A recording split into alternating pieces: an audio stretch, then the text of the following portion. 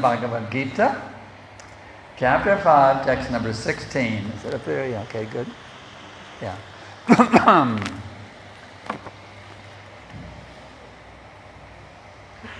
Om Namo Bhagavate Vasudevaya.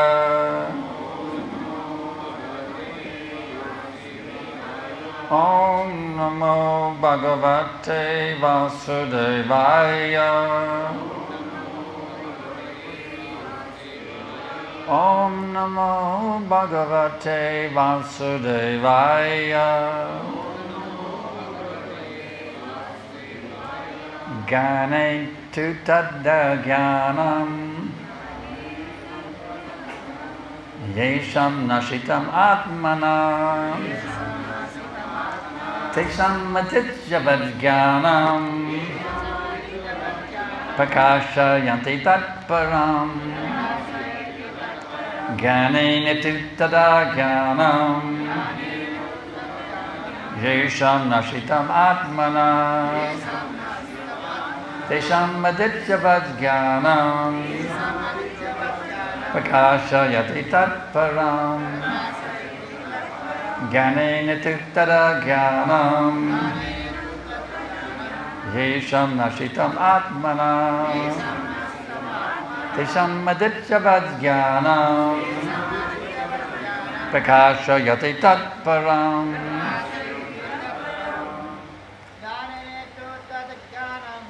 Kanena tu tada jnanam yesham nashitam atmana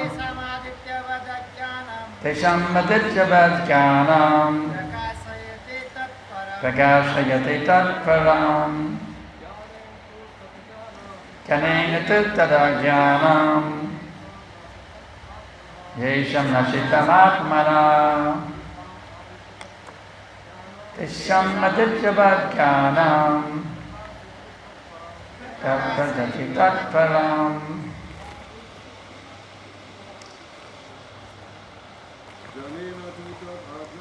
Kanena tu tada jnanam yesham nashitam atmana Tesham madityavat jnanam prakashayati tatparam Ladies,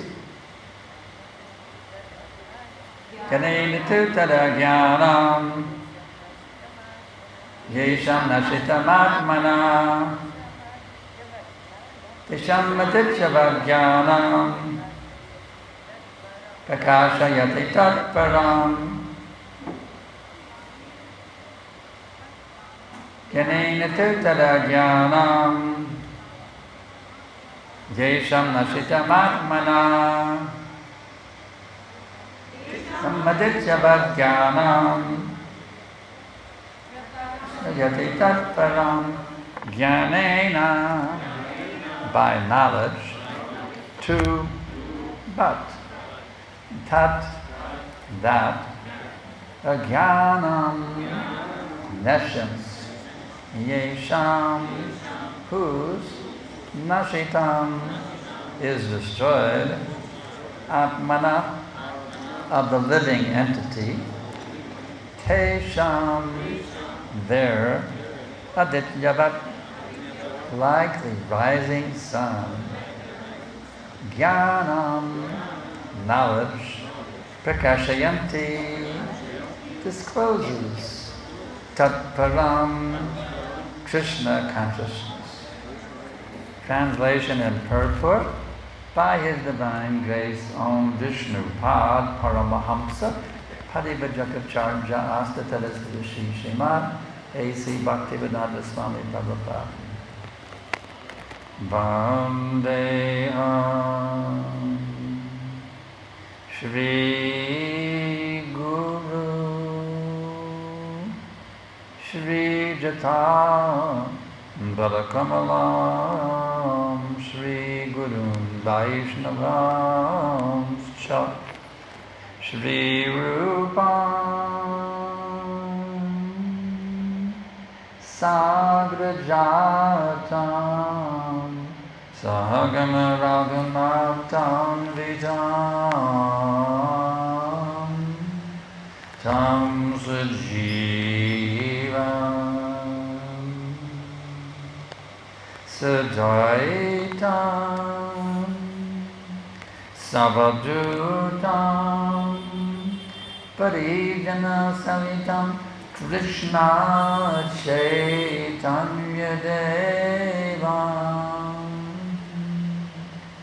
Shri Radha Krishna Padam Sahagana Lalita Shri Vishakam Vitamscha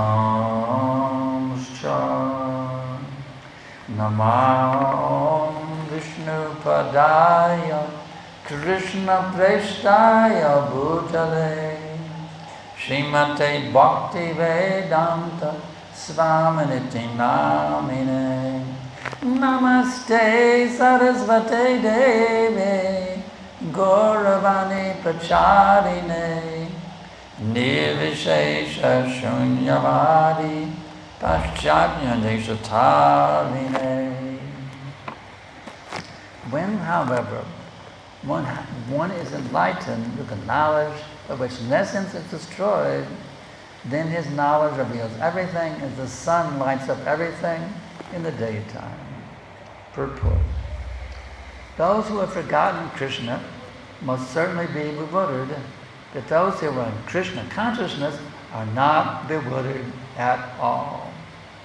It is stated in the Bhagavad Gita, Sarvam Jnana Plavena Jnanagni Sarvakarmani and Nahi Jnanena Sadrisham.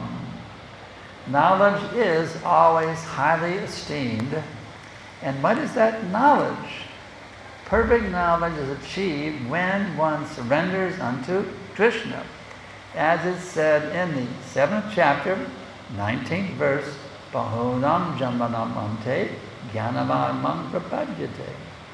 After passing through many, many births, when one perfect in knowledge surrenders unto Krishna, or when one attains Krishna consciousness, then everything is revealed to him as everything is revealed by the sun in the daytime. The living entity is bewildered in so many ways. For instance, when he unceremoniously thinks himself God, he actually falls into the last snare of nescience. If the living entity is God, then how can he become bewildered by nescience? Does God become bewildered by nescience? If so, then nescience, or Satan, is greater than God. Real knowledge can be obtained from a person who is in perfect Krishna consciousness. Therefore, one has to seek out such a bona fide spiritual master, and under him learn what Krishna consciousness is. For Krishna consciousness will certainly drive away all nescience as the sun drives away darkness. Even though a person may be in full knowledge that he is not this body, but is transcendental to the body, he still may not be able to discriminate between the soul and the supersoul. However, he can know everything well if he cares to take shelter of the perfect, bona fide, Krishna-conscious spiritual master. One can know God and one's relationship with God only when one actually meets a representative of God. A representative of God never claims that he is God, although he has paid all the respect ordinarily paid to God because he has knowledge of God. One has to learn the distinction between God and the living entity. Lord Sri Krishna therefore stated in the 2nd chapter, 2:12, that every living being is an individual and that the Lord is also individual. They were all individuals in the past, they are individuals at present, and they will continue to be individuals in the future, even after liberation. At night, we see everything as one in the darkness, but in daytime, when the sun is up, we see everything in its real identity. Identity with individuality is spiritual life and is real knowledge.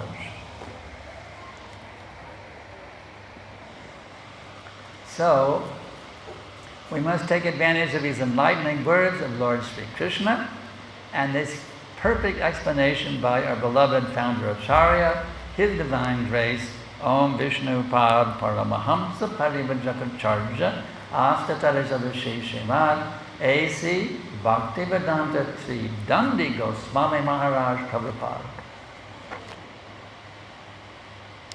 When, however, one is enlightened with the knowledge by which nations are destroyed.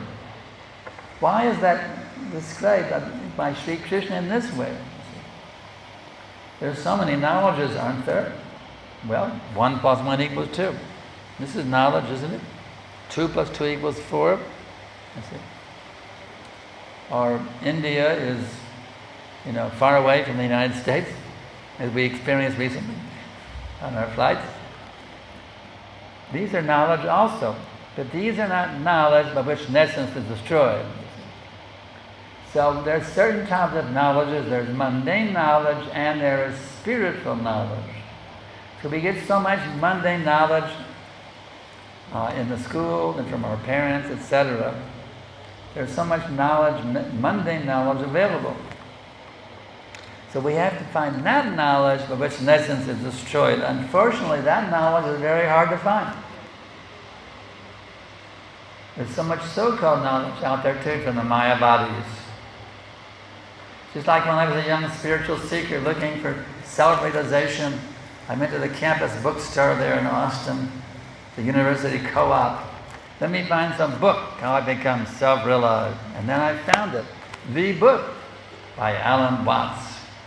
And Alan told me, he said, actually you are God, but right now you are playing hide and go seek with yourself. So come out of hiding and be God once again. That sounded pretty good. So I tried it. It didn't work. I tried it for a couple of days and it didn't work.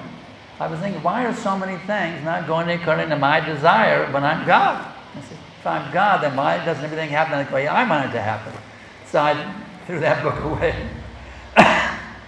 So there's so many things out there. And then when Swami came, it was interesting. A Swami from India came and spoke at the Methodist Student Center by the campus.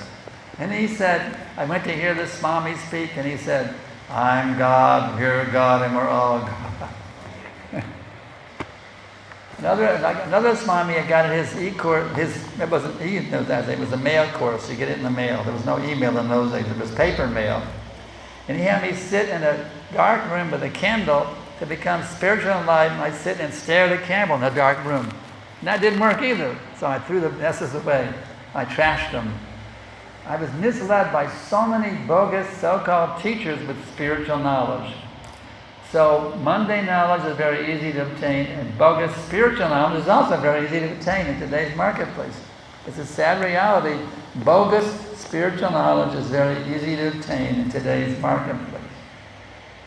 But genuine spiritual knowledge, you've got to be really fortunate to get that. Genuine spiritual knowledge is very rare to find, unfortunately.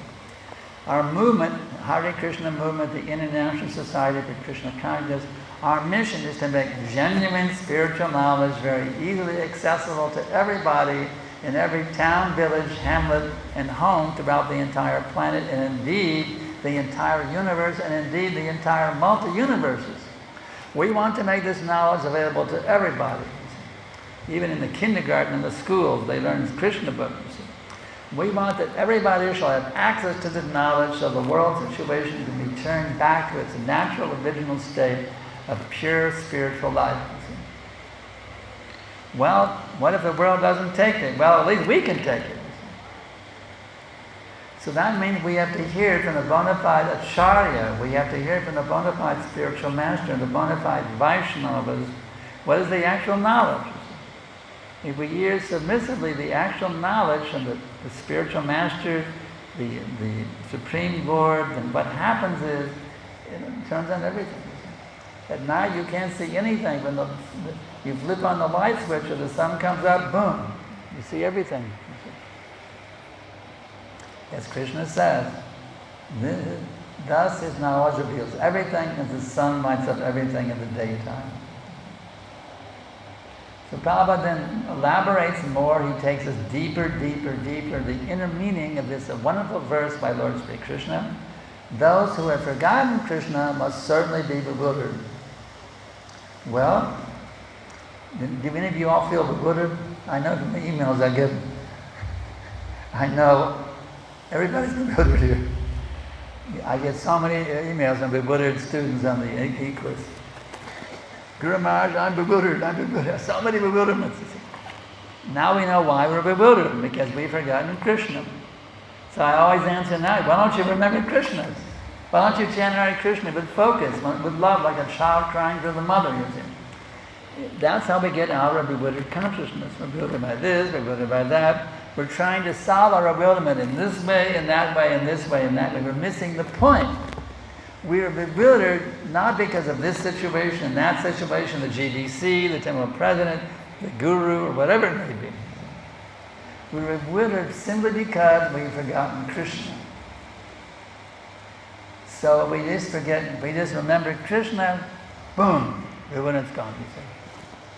We may be sick, we may be healthy, we may be poor, we may be wealthy, we may be famous, we may be infamous, we may be this or that, so many situations that are causing us confusion and bewilderment, illusion, profusion and confusion. But if you simply remember Krishna, boom, it's all finished. As Bhakti says, Ek Parnamasi Ratome, just once relish the nectar of the name. That's all it takes. If we can just experience Krishna one time with full attention, with feelings of love in our heart, then everything becomes clarified. There's no more confusion and confusion. And then Prabhupada continues, those who are in Krishna consciousness are not bewildered. So if you're ever bewildered, here's the Prabhupada statement, you're not Krishna conscious. If you say, I'm Krishna conscious, but I'm bewildered, no, you're not Krishna conscious. You understand the point? If you say I'm bewildered, I'm Krishna conscious, I'm bewildered, you are confused. If you are bewildered, you're not Krishna conscious, that's all. So be Krishna conscious, no more bewilderment, feeling conscious. Kick out bewilderment and with boot. Kick that damn bewilderment out of your heart, simply remembering Krishna. It's so simple. As we all say, it's simple for the simple and difficult for the crooked, you see. We have a simple, humble mood of realizing I'm not Krishna conscious because I think I'm the center of all existence. So let me get out of this madness and come back to actual Krishna consciousness. Then you can actually become free from bewilderment. Nothing will ever bewilder you ever again if you're Krishna conscious. So the duty of the spiritual master is to train the disciple how to not be bewildered by always being Krishna conscious. It's a real struggle, but that's what we have to do. The spiritual master's duty is to train the disciples how not to be forgetful of Krishna, how to always remember Krishna in every situation, all times, places, and circumstances. In this way, there's no bewilderment. Everything's wonderful once again. Knowledge is always highly esteemed, Prabhupada explains. Well, then why is not esteemed, you could ask. Why these people don't highly esteem Prabhupada's books? Why they're not placed in the center of every college course? Why they're not, how can Prabhupada say that knowledge is always highly esteemed? We may have doubt about that. Well, it's always highly esteemed by those who are learned. Not by the fools and radicals, the cows, the asses, the donkeys, the pigs. They don't highly esteem it, the monkeys. The author of Prabhupada's book, a banana, they'll take the banana, isn't it? They don't highly esteem this knowledge. It is highly esteemed by those who are actually on the platform of human life. Those who do not highly esteem this knowledge, Shvabhivara Ushtrakarai Samstatak Parashak Pashu. They are animals, dogs, hogs, camels, and asses. Those who are actually in the human platform of Tato Brahma Jigyasa, this human life is meant for self-realization. So those who are actually serious about self-realization, for them, this knowledge is highly esteemed, always. What is that knowledge? Prabhupada asks. Perfect knowledge is achieved when one surrenders unto Krishna. Well, can I have the knowledge without surrendering? Just by reading the books, you could ask. Can I just read? I don't feel like surrendering now, but can I have this knowledge just by reading the books? Well, I can tell you, my dear devotees, there's two types of knowledge, theoretical and practical. Jnana and Vijnana. you can recite so many verses, Tadvidi panipatena paripashnena. You can also train, a parrot can also go cuck-a-cock, or the crow, the crows can go cuck-a-crow, cuck-a-crow. You can recite verses like a parrot without understanding what's going on. Make a show. Yes, I'm highly learned. I know there's so many slokas from the Gita and the Bhagavatam. Just see how advanced I am, how learned I am. But if you don't actually realize the essence, then your knowledge is superficial. It's not actually achieved.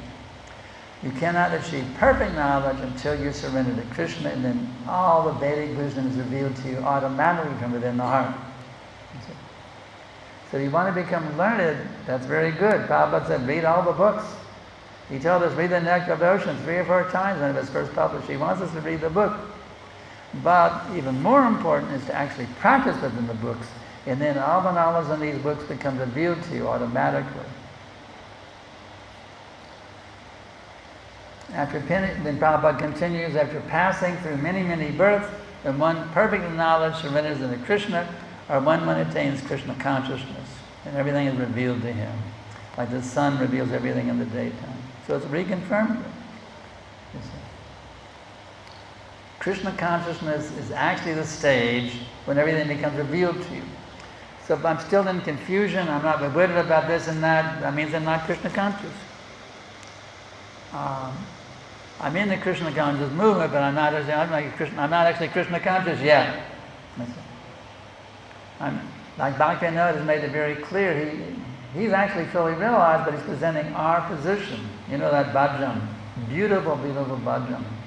Kambe hambe bolo se dinama. When will that day be mine? Aparada gucci, shudaname ruchi, kriba bole hambe hridoye sanchar. When my offenses ceasing, taste for the name increasing, when in my heart will your mercy shine? Kambe hambe bolo se dinama. When will that day be mine?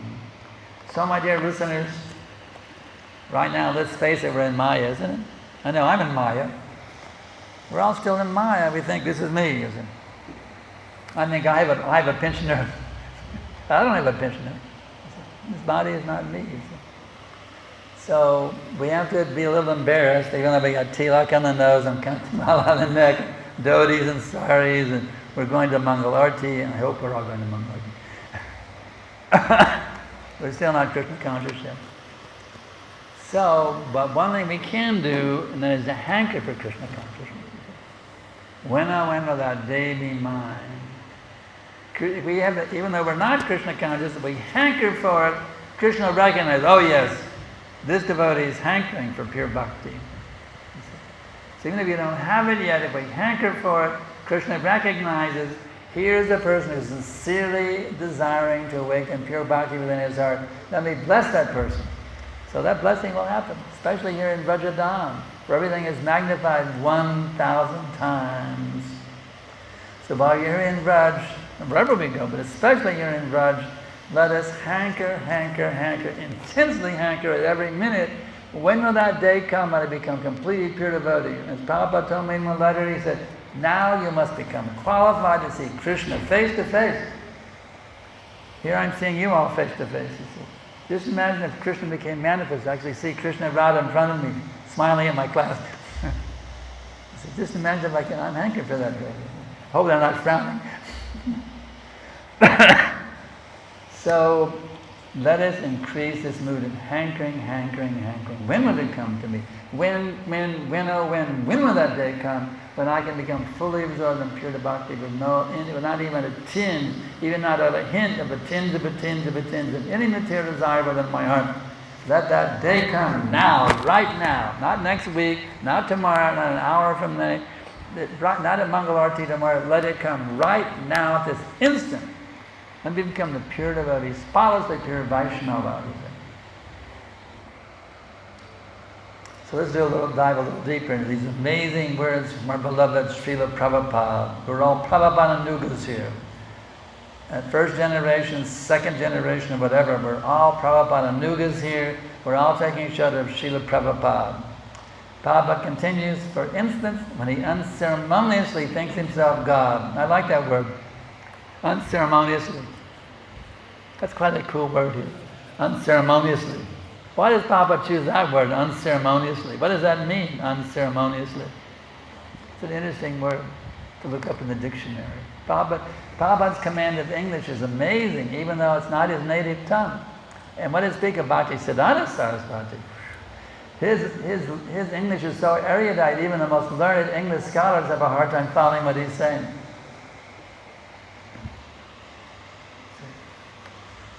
Amazing. Just like Bhakti Siddhanta, he describes Krishna in this way. He is an undifferentiated entity, as there is no distinction between potency and the presence thereof in his work of creation of millions of worlds.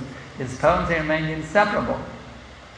Pretty amazing. He's an undifferentiated entity. His command of English is amazing, and Prabhupada follows in his footsteps also, unceremoniously. Well, something is, it's like there's a ceremony going on, everything's going on very nicely, somebody's being congratulated for becoming a life member, it's a whole ceremony. They put a nice little flower garland is given very nicely, and everybody's applauding, oh, he's become a life member. It's a nice ceremony. But others have come in and they put cow dung, they put stool on his head or something like that, unceremonious. Instead of putting a flower garland, they put stool on his head, pig stool on his head. That'd be very unceremonious. That's a gross example, but it's a good example, unceremoniously. So when we think that we're God, it's like somebody putting pig stool on your head. Very, very unceremonious thing to do. I'm God. Would you like to have some pig stew put on your head? Anybody volunteer? Oh, I'd like to have some pig stew put on my head. A very unceremonious thing. Well, thinking I'm God is something like that. I'm God. I'm God. Give me some cow dung, not pig, but pig dung on my head. Then Prabhupada explains he actually falls into the last snare of nescience. Why does the Prabhupada say the last snare? Why not the first snare? Why does Prabhupada say the last snare of nescience? But there's so many nesciences. The last in this context means the worst one, the one that covers all nesciences. The last snare of nescience. It's the ultimate nescience. The final, take all the nesciences, a big list. Is this one, this one, this one, this one. Finally get to the last one, it includes all the previous nesciences. So you could say the ultimate snare of nescience. And Prabhupada says last, meaning the ultimate snare of nescience. It's the granddaddy of all of them. The last snare of nescience. I am God. So then Prabhupada gives a very nice example. If you are God, then how you become bewildered by nescience? They say that actually I'm God, but it's like Alan Moth was saying, you're God, but you forgot about it, and they come back to being God again. But that doesn't make sense. If I'm God, how can I ever forget? How can nescience ever cover me? How could forgetfulness ever cover me if I'm God? What could cause me to forget? Because forgetfulness is my own energy. It's under my power, under my control. How could I ever forget that I'm God? You see, it doesn't make sense. It's illogical, it's not scientific, it's stupid to think that God could ever fall from being God. It's a very powerful argument given by Prabhupada. If they say, I'm God, but I forgot about it, and I said, then that means forgetfulness is greater than God. Nothing can be greater than God, so how you can say, my dear sir, now you've remembered that you're God, but how you can ever forget that you're God? It's a very powerful argument to defeat these Mayavadis. And then Prabhupada pulls on a word from Christianity, interesting enough. Satan, Prabhupada said. If so, then nescience or Satan is greater than God. Prabhupada usually doesn't use words from Christianity. That's how we learn it growing up as Christians. Satan. If you sin, then Satan will take you to hell. We were taught like that. So here Prabhupada is using the word Satan here, a Christian term, is greater than God. It's very interesting, Prabhupada's use of this term. Real knowledge can be attained from a person who is in perfect Krishna consciousness. And who was that person? Prabhupada then points out that person is the bona fide spiritual master. And under him we learn what Krishna consciousness is. So some of our friends, the Ritiks, they say, well, only Prabhupada can be a spiritual master. So that means only Prabhupada can be a guru and nobody else can be a guru. And why did Prabhupada tell us all to become guru? Why did Lord Chaitanya tell us all to become guru? Why did Prabhupada say on April 6, 1975 in Mayapur, it is better to become acharya, but not when your spiritual master is present, but after his disappearance, then it is better to become acharya. Acharya in this context, Prabhupada is saying, means initiating guru. So how the Ritiks can defeat that argument? They just try to word juggle their way around it. Prabhupada said it is better to become acharya. He said now our purpose is to create acharyas. Prabhupada said in this lecture our purpose is to create acharyas. He said now we have 10,000 and we will have 100,000 and 1 million. He said then we will have 10 million, there will be no scarcity of acharyas. Prabhupada's vision for ISKCON to have 10 million initiating gurus on this planet. Going to every town and every village and getting everybody engaging. 10 million acharyas initiating gurus. That was Prabhupada's vision. You can hear the lecture if you want. April 6, 1975. It's out on the internet. You can hear the lecture yourself. You don't believe me. It's very clearly stated by Prabhupada. 10 million acharyas and all the devotees applauded. It was ecstasy. Haribol! The whole temple room of people, they came from all over. Everybody cheered in ecstasy. 10 million. He said the 10 million. He said there'll be no scarcity of acharyas. They would go to 10 million, and there'll be no scarcity of acharyas. So even though the bona fide spiritual master thinks himself totally unfit, he thinks he's just a dog, basically. But Prabhupada said on another lecture, if you love me, love my dog. So spiritual master thinks himself the dog of God. So if you love Krishna, you have to love his dog also. So we have a few minutes left. Does anybody have any questions?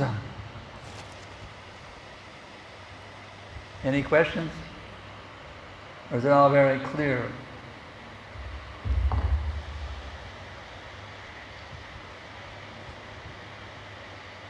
Here's one. You don't have a question? No question?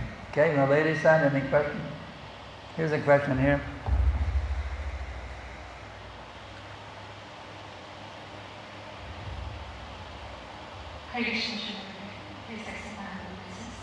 Thank you for the class. In the purport, as it is mentioned that regarding true knowledge, we can attain true knowledge if we surrender unto Krishna as spiritual master. And also, in the purport there is a reference given Bahunam Janmadam Jnanavan Mahaprabhu. So after many lifetimes, the person who surrenders unto Krishna, they can only attain that knowledge. So my question is like that true knowledge, what are the mean of gaining that true knowledge? Only by reading scriptures, because surrender doesn't come. True surrender in the beginning. Does that mean that one will never have that true knowledge initially? Let me try to understand it again. You're saying, just make it real short and clear. Just a few words distinctly said. What are the means to attain true knowledge? Attain true knowledge. As a practicing devotee, one may not have full surrender. Yes, but your question is full surrender required to get the knowledge, right? Yes. In other words, here we are reading Prabhupada's purport. Will this benefit us if we're not fully surrendered? Can we derive anything from Prabhupada's purport if we're not fully surrendered to Krishna? Right? Similar, same principle.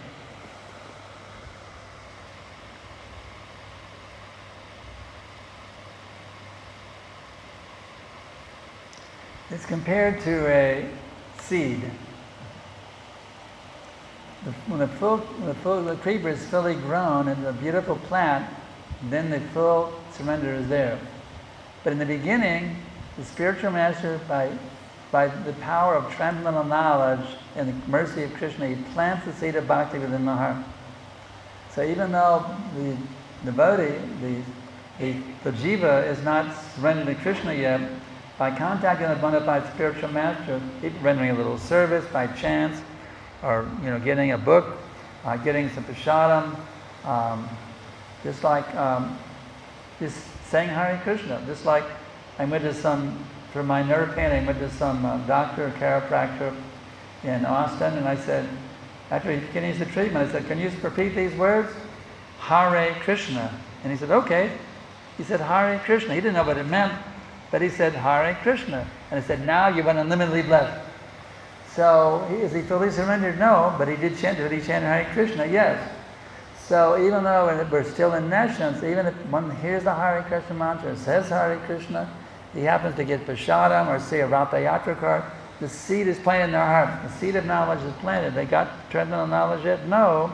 The seed is planted. And someone may see the Ratha Yatra card, the seed is planted. Just like in my own life, I heard one of my friends chanting Hare Krishna in my apartment. He said, everybody repeat this. And he encouraged everybody in the room to chant Hare Krishna, Krishna Krishna, Hare Hare. Hare Rama, Rama Rama, Hare Hare. Was I awakened in transcendental knowledge? No. Was the seed planted? Yes. And I actually got a picture of Radha Govinda. I started offering my food to them. Made a little altar. Because I was still playing with Mayavadi philosophy, actually, at the time. The seed didn't become... That was in 1968, and the seed did not become fully grown until 71, when I submitted to Prabhupada. So that was like 69, like 2.5 years later.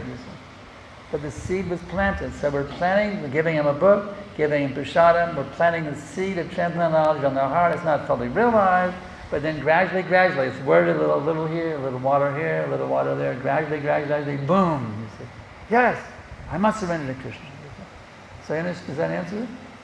Ramanaji, you want to add something? Here's a question. Any questions? Now it's the men turn. Any questions over here? Yes. Microphone. Thank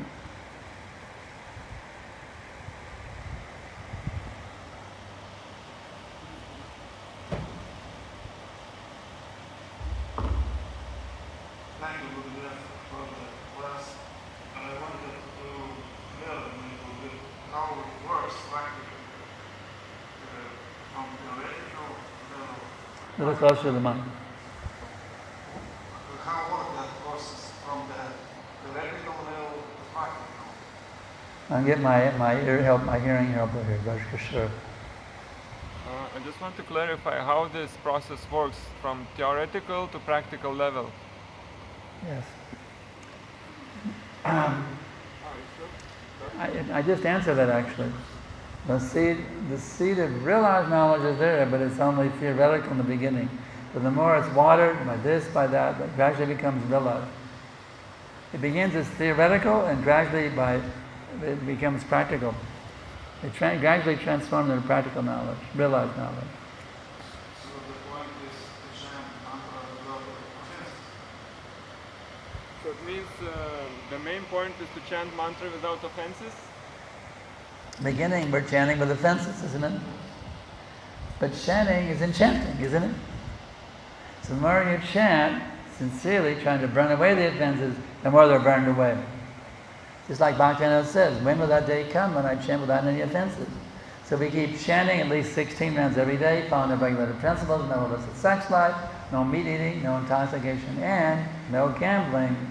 By following these regulated principles and chanting regularly, gradually realize all these offenses are purged from our heart, and full realized knowledge is there, we can experience Krishna directly at every minute.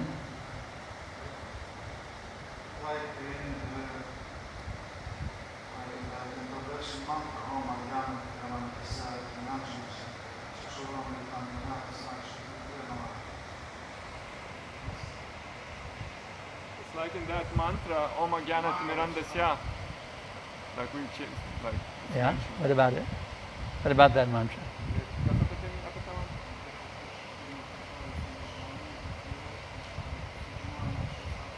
So it means first I will chant with... I will be in ignorance, but by Guru's mercy, I will be purified. Yeah, the more you can please your spiritual master, the more you become purge of all the offenses. Actually, Yashadeve Parabhaktir, by the mercy of the spiritual master, you get the blessings of Krishna. So the more you can please the spiritual master, the more of the magic happens. So always have to please the Guru. That's the key we learned from Prabhupada. We always wanted to please Prabhupada. If he was pleased, we were in ecstasy. If he was displeased, oh wow. Prabhupada would smash us, boom, oh no. But actually, in every case, we got the blessing. Whether he was pleased or he smashed us for doing things wrong. In either case, it was a blessing. Either case is a blessing. So, it's like a person, at one point, Prabhupada was being minimized. He noticed he was being minimized as the founder of Sharia, so probably became very disturbed by that. And four sannyasis decided to make Prabhupada more prominent, so they said that Prabhupada is God. Mayavadi philosophy. Prabhupada smashed them. He said, you sannyasis are banned from ISKCON. Can you imagine banned from ISKCON? He said, now each of you must go in and open 10 temples, and after you do that, you can come back to ISKCON. They had banned them from ISKCON. They were banned. You can't associate with ISKCON anymore. You're totally banned. But it was a blessing. That's how Vishnujan opened Austin. That was it. That was temple number 2. And he took a chance. He went to the Ratha Yatra festival. He gambled, took a chance with Prabhupada's mercy. And he went in for darshan. And Prabhupada said, so Vishnujan Maharaj, how many temples? And he said, 2. He said, now you must open another 8. But Prabhupada would sometimes smash people if they really got off the track. Smash them, and it was a great blessing. That's how ISKCON Austin opened. Because Vishnu got smashed by Prabhupada for being off the track. So whether we get smashed by the spiritual master or please him, in any case, it's special mercy. We should learn how to take advantage of it. Just like one devotee in that temple in Pune, in Delhi, he said, how can I properly manage some of the devotees who are working under me? I don't know how to do it. And I told him, I said, you have to love them, otherwise you're a rascal. Then you can easily manage devotees working under you. Many devotees working under you, you know how to manage all of them.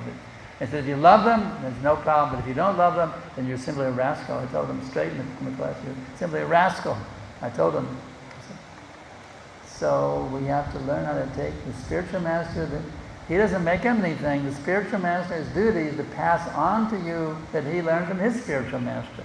And Krishna within the heart will actually help him to do that, to understand the essence of his spiritual master's teachings. So anything else? Yes, this side, Mankravam.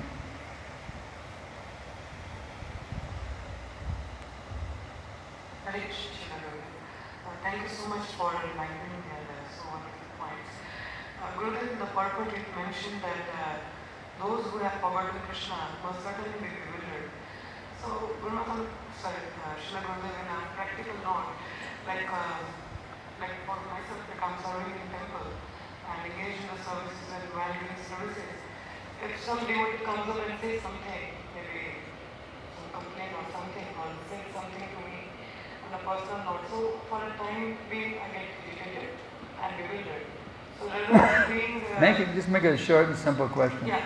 So like if somebody says something... Somebody says something, what is your mind? We become bewildered. Rather than being focused in our service and focusing on Krishna, we become the center. And there is a mindfulness of Krishna. Somebody with what is your mind? What? They might say something about you or... Somebody says something, what is your mind? Yeah. And how do you react to it? Yes. Because that time we... Shastra says. If I'm bewildered, is there something wrong with me or something wrong with them, right? Is my understanding wrong or is their understanding wrong? That's the question. That's why you have to read the books.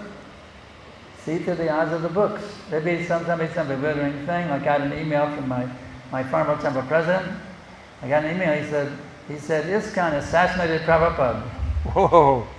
ISKCON assassinated Prabhupada. That's my former temple president sent me an email. He started a whole movement to prove that Prabhupada was assassinated by the ISKCON devotees. Wow! So, that could be really bewildering to hear that Prabhupada was assassinated by ISKCON. So, what to do? Do I think ISKCON was wrong? I think that he was wrong. So how am I supposed to deal with it? Well, you have to see through the eyes of Scripture. So I immediately understood that he's trying to assassinate, because ISKCON is Prabhupada. Prabhupada said, I am ISKCON. So this God brother is trying to assassinate Prabhupada. He's trying to assassinate Prabhupada, not us. I know the loving feelings of the devotees. I know them. I know those devotees. They're my dear God brothers. I know their mood. This person's envious because he wants to be the big shot. Because he's not a big leader. He's envious of those who are the leaders, so he wants to cut them down and make himself a leader. That's what he's trying to do. So I can clearly understand and not be bewildered by it, because my own knowledge, my own experience of the devotees and what's in Prabhupada's books.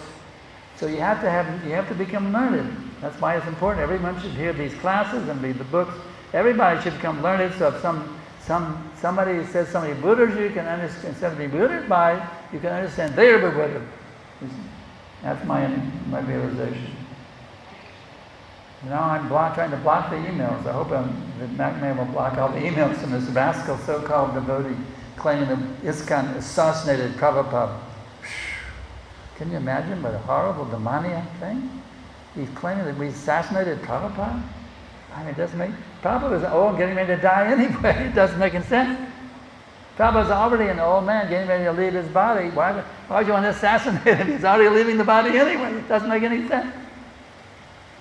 So I wasn't bewildered by it. I understand this person is totally bewildered by envy. He's totally bitten by the snake of envy, and he's going to the Yamadut. I pity for him, but he's going at the time of death. I pity. He's going to be very, very bad situation at the time when he leaves his body. This so-called God brother of mine, a very horrible situation to face at the time of death. I can't imagine the horror he's going to go through when he leaves his body. So I wasn't bewildered by it. Our time is up. Our time is up. So, one more question. Gurvandana. Hare Krishna, Srila Gurudev. When the knowledge will be gradually revealed, how to decide to become fully absorbed in Krishna consciously right now? What? I did say it distinctly in a very short, distinct way, but clearly. When the knowledge will be gradually revealed. Gradually? Gradually revealed? My hearing is not good, so. When the knowledge will be gradually revealed, how to decide to become Krishna conscious right now immediately?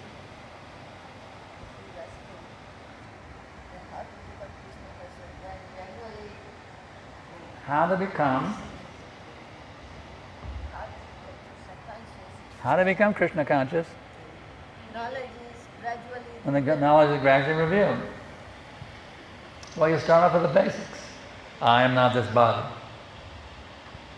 And start off with the basics. It's like how do you become a great mathematician? The greatest most famous big mathematicians in history, where do they start? 1 plus 1 equals 2. You got to start with the basics. Just like at the Krishna Balaram temple, where they put up boom note, 1 brick. You have to start off with the basics and gradually build, isn't it? Take the basics. I'm not this body. I'm the eternal servant of Krishna. And that's how you build it. 1 step at a time. Is it? That's how you do it, isn't it? You expect it all? One shot. You got to start with the basics and gradually build up. I am not this body.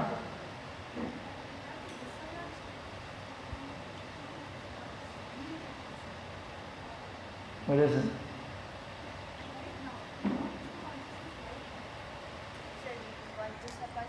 Right now. That's nice. It's all there. Hare Krishna. Just dive deep into the name. It's all there. Hare Krishna, Krishna Krishna, Hare Hare, Hare Rama, Rama Rama, Hare. All the Vedic wisdom is right there in that one mantra. So just chant with attention, chant with love, and you'll get amazing realizations every time you chant. It's simple thing. It's simple for the simple and difficult for the crooked. Take it as a simple, humble word. Hare Krishna, Krishna Krishna, Hare Hare, Hare Rama, Rama Rama. I think we're getting a signal from the sponsors here. it's time to wrap it up because they have to go somewhere and lock it up. So we'll go ahead and end it here. We thank you all for tuning in. Thank you very much.